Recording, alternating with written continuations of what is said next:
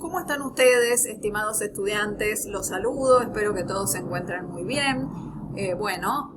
La semana pasada comenzamos con nuestras clases de lengua. Hoy estamos compartiendo la tercera semana de cursado, nuestra segunda clase, y uno de los temas que tratamos en nuestra segunda clase y que hoy quiero repasar con ustedes es el tema de los conectores.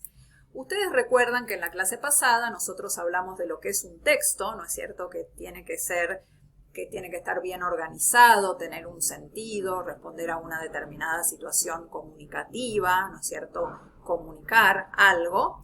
Y habíamos dicho que todos los textos van a tener ciertas propiedades, ¿no? Que son, ustedes ya lo saben, la cohesión, la coherencia, la corrección y la adecuación.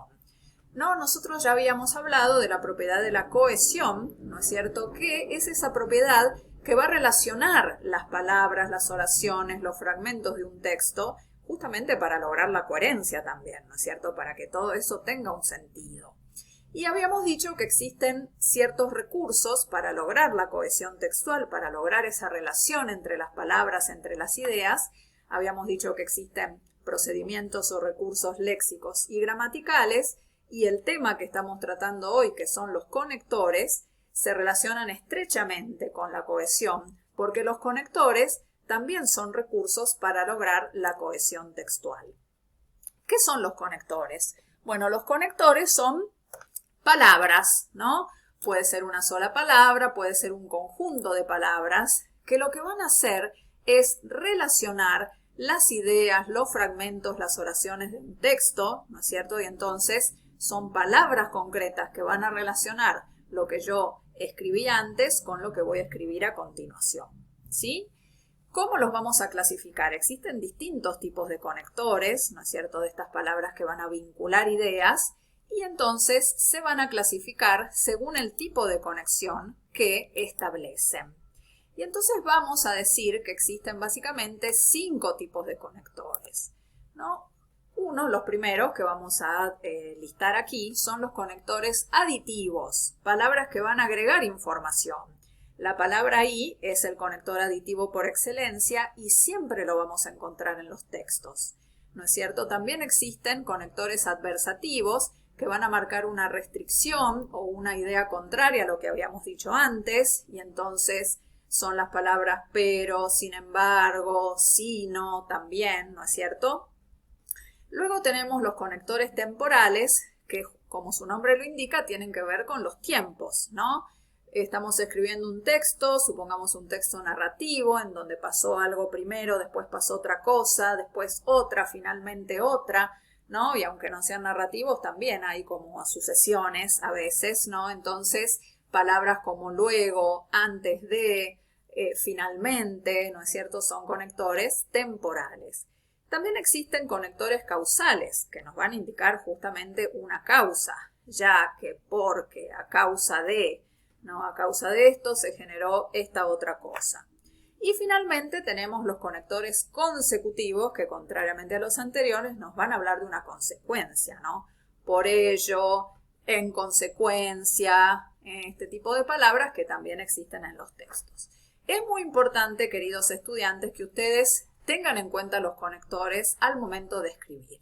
Cuando ustedes vayan a escribir sus informes, los guiones de sus podcasts, cualquier texto que tengan que escribir en el ámbito de su trabajo o cuando ustedes escriban participaciones en un foro, tienen que estar presentes estas palabras que son los conectores porque le van a dar cohesión a su texto y eso va a hacer que su texto también tenga coherencia, ¿no es cierto?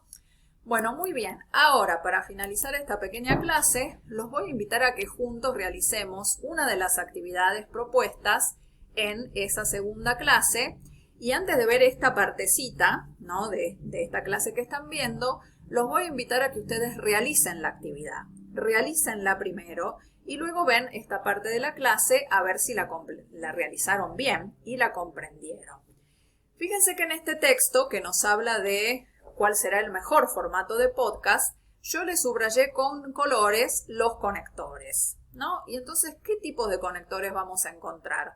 Fíjense, en primer lugar, es importante conocer los 4 grandes formatos de podcast. En primer lugar, es un conector temporal, Nos está hablando de una temporalidad. En primer lugar, en segundo lugar, finalmente. Fíjense, aquí dice, cada uno tiene su propio estilo y ventajas, pero también pueden presentar desafíos. Es decir, acá nos está hablando de una restricción, de una idea contraria a lo que venimos diciendo. Entonces, pero es un conector de tipo adversativo.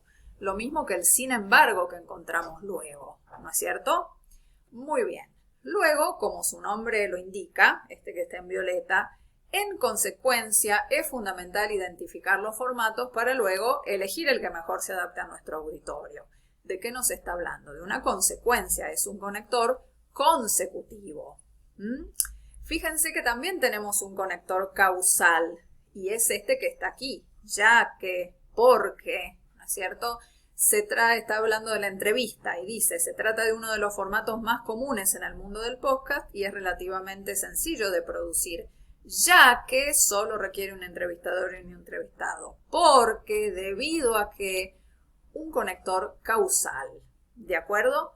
Y finalmente con el verde tenemos los y que aparecen en este texto, que como ya sabemos son conectores aditivos, que van a agregar información.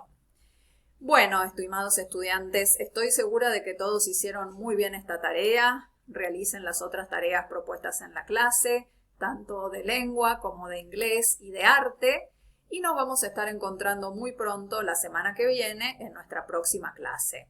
Estamos a disposición de ustedes en el foro para todo lo que necesiten y les mandamos muchos saludos. Y sigan adelante. Muchas gracias.